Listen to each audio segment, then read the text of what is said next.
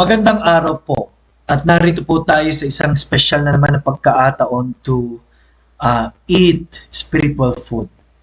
God is our refuge and strength, a very present help in trouble.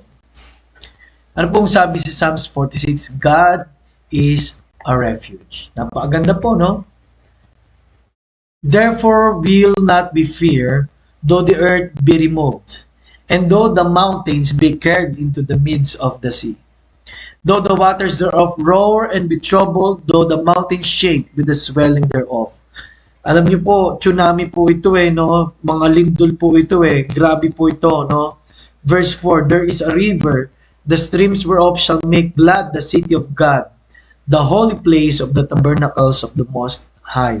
Alam niyo, kahit po tayo ay sa mundong ito ay natatakot na sa epekto ng global warming. Kaya ang Diyos ay lagi po may proteksyon at meron siyang inihanda para sa atin na tahanan. Ano po? God is in the midst of her. She shall not be moved. God shall help her, and that right early. The hidden rage, the kingdoms were moved. He uttered his voice, the earth melted. Ang mga kaharian ay nakikilos, naggegera, pero ang Diyos pa rin ang makapangyarihan sa lahat. The Lord of hosts is with us. The God of Jacob is our refuge. Selah. Come, behold the works of the Lord, what desolations he hath made in the earth. He maketh wars to cease unto the end of the earth. He breaketh the bow and cutteth the spear in sunder. He burneth the chariot in the fire. Be still and know that I am God. I will be exalted among the heathen. I will be exalted in the earth. Purihin po ang Diyos. Be still. Mapanatag ka dahil siya pa rin ang Diyos. Naalala ko tuloy po yung nangyari po sa Egypt sa pagtakas ng mga Israelita.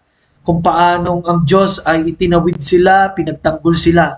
Tama po yung sinabi rito na He maketh wars to cease.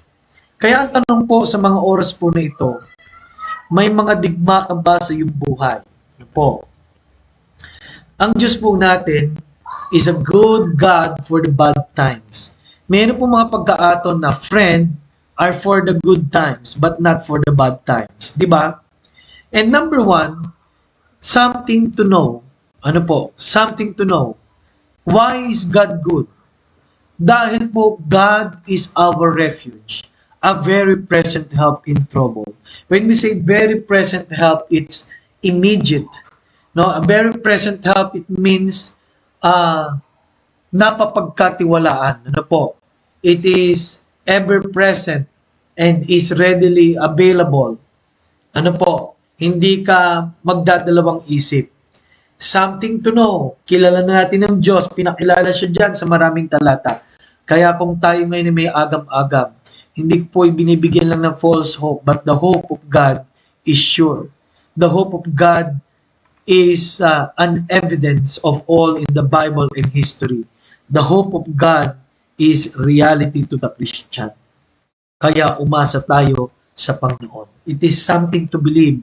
The Lord of hosts is with us.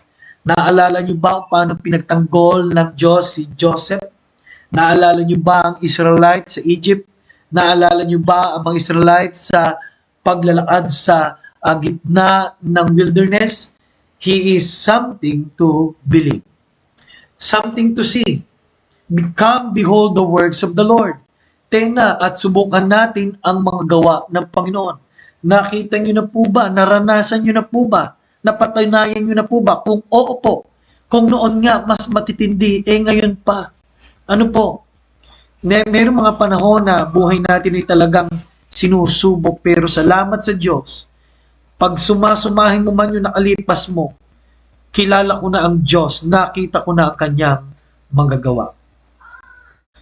Kahit po sa mga kaaway po at umaaway sa atin, ano po, makita niyo po, basta tama pong ating pong ugali, tamang ating pong gagawin sa Panginoon at magpapatuloy lang tayo, ay bahala po siya, ano po, something to witness, the exaltation of God. Nawa po, sa lahat ng ito, the witness, tayo, mga naghahayag, ay makita ng mga tao who is our God.